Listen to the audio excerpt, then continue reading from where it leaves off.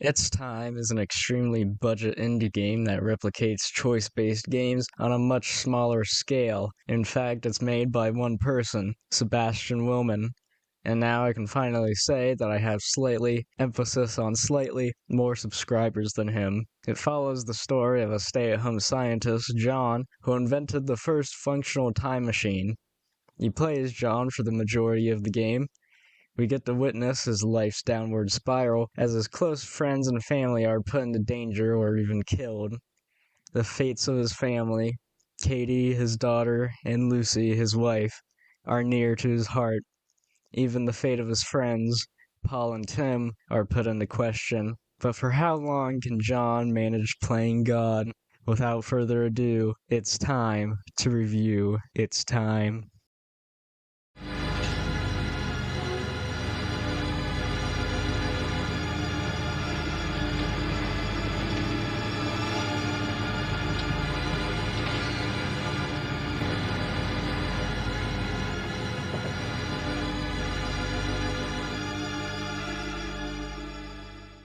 In case you haven't already noticed, this game is made mostly of stock assets, just like Salamander County Public Television, which I covered in episode 1 of Odd and Obscure in case you missed it.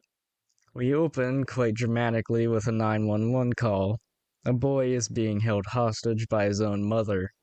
Officer Jenkins is called to the scene and enters bedroom 1 to find both the perp and the victim. Jenkins takes a shot hitting the mother but receives one as well. Both are killed. The title screen appears. In the background is a questionable choice. Is that a George Floyd protest? That's definitely a George Floyd protest, not a crime scene. This isn't the only time stock video is used in a questionable manner either. Later at John's house, both Tim and Paul come to console him. Officer Jenkins was his wife, Lucy. John has been in his lab for the past 5 days working on his time machine. Tim and Paul are waiting for him. They do a bit of snooping, then eventually decide to knock for John. We switch to John and ask them for just a bit more time, but suddenly the machine comes alive and conveniently transports us to the day Lucy died, right before she took that fateful call. We have to talk her out of it, or else she'll just go away. I tried lying to her about their anniversary. Didn't work. Dead wife. Retry. We'll tell her what will happen if she takes the call. Success. She stays, and a different officer will take the bullet instead. Mission accomplished. Suddenly, John passes out and is somehow sent back to an altered present, where Lucy is alive. Clearly, John's secret is out now, and everybody knows about his time machine. We chat with Katie briefly before we get a phone call. It's Lucy. John. Lucy, what happened? John, your friend Tim. What about him? He's dead. Bum bum bum. Tim was murdered in his apartment. John is truly shocked. Also, you got to love the intro screen to these episodes. It's just like a Telltale game. This episode takes into account previous choices. John runs to the lab and travels back in time yet again, this time to save Tim. It's Saturday morning again. John calls Tim and invites him over to see the time machine. This comes up later, but we have no control over this scene anyway. Later, John and Tim are in the lab talking about the machine. John mentions that there are problems when the machine is used too often. This also comes up later in the story. The two then discuss various matters in the living room. Then, for some reason, Tim quizzes us on what we just talked about, and if you get all 3 questions right, he gives us a chocolate bar. Okay. Anyway, Lucy barges in and announces that Tim's neighbor, Adam Collins, has been murdered. Both Lucy and Tim rush to the scene. The next scene is a pretty pointless side story. You take control of Lucy, who is now investigating Adam's murder. She's given a similar case file that could be related to Adam's murder. The only strange thing is that these 2 incidents happened 63 years apart, but also happened at the same place, on the same day of the year, at the same time of day. Both victims also saw the same silhouette of the murderer, briefly by using cameras.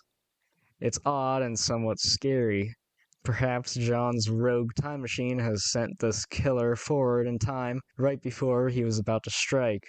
I mean, it's possible given the fact that John has time traveled without being in the presence of the machine.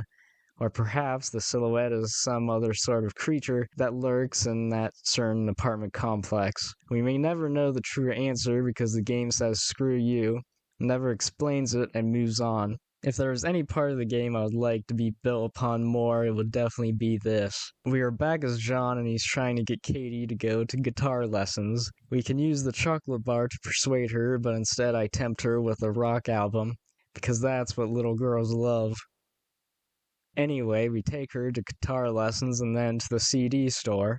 On the way to the store, however, Katie gets a little too impatient and crosses the street when she shouldn't. She is about to be hit by a car, and we are given a fateful binary choice. We can either call out for her or pull her back. Spoiler alert, if you don't pull her back, she dies. Yeah, dead child. Can I say that on YouTube? Anyway, I did the right thing and pulled her back. We wake up as John in the hospital. He was badly injured after saving Katie. We tell her it's not her fault, but the guilt is still with her. She wants to use the time machine to stop herself from crossing the road and endangering her father.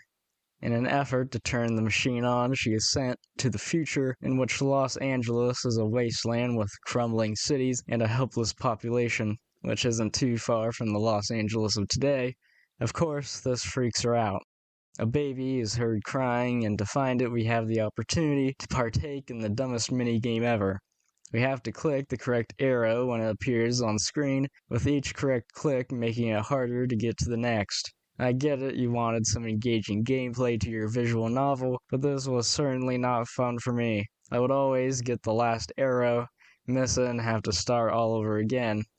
Anyway, our reward for finding the baby is a newspaper from that day in the future, April 17th.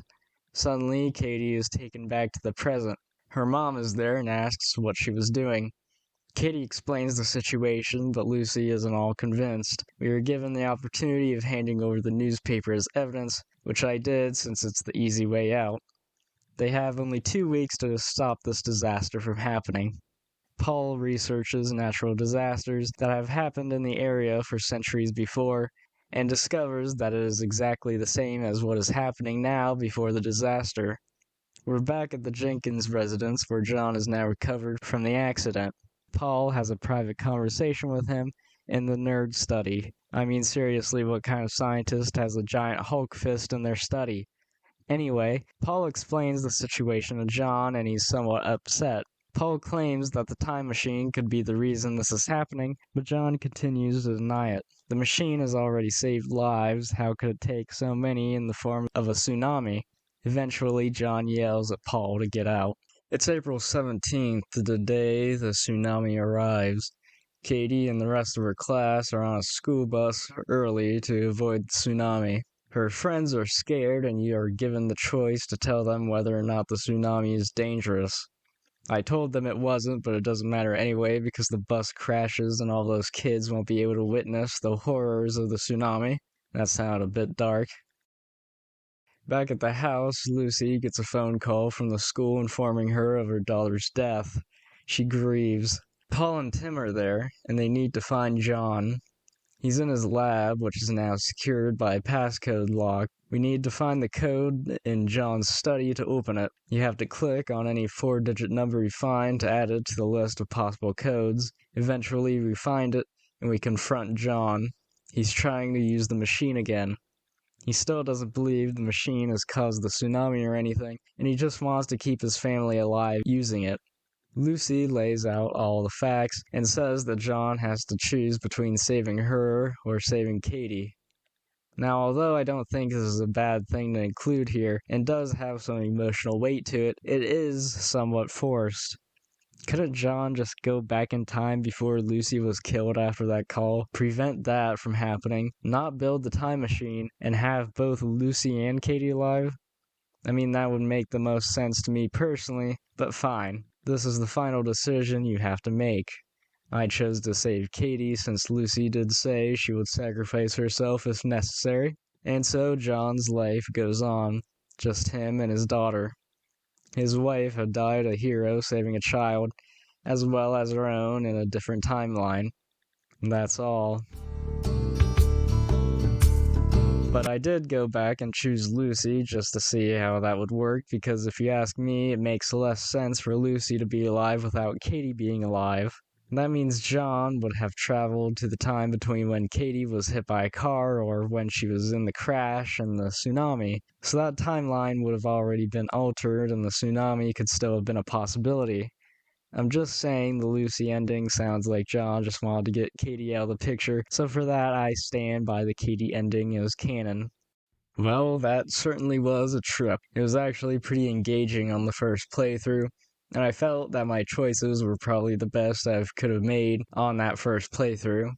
I feel like that's something that you can't really get from most choice-based games like this, because even if you make what seems like the right decision, the game will find a way to screw you over for it. On the other hand, its time has some noticeable odd plot lines that don't go anywhere and plot holes that leave you with questions, like the entire plot of who killed Tim earlier in the game. That story goes absolutely nowhere, and the player is left to their own interpretations. In terms of plot holes, there are just some spots where time is skipped forward, and where we skip to just logically doesn't make any sense. Like how Katie is stuck on a school bus when the flood arrives. If you know that a flood is coming soon, why would you send your kid to school? Either way, it gets Katie killed, so I guess there's some sort of price to pay in that regard. Overall, its time was a short but mostly sweet experience made by only one person. If you want to try the game for yourself, you can get it on Steam for just $1 plus tax, and it will only take you just a little over an hour to complete. I'll be back for Steam Next Fest or maybe something between now and then, but until then, like and subscribe.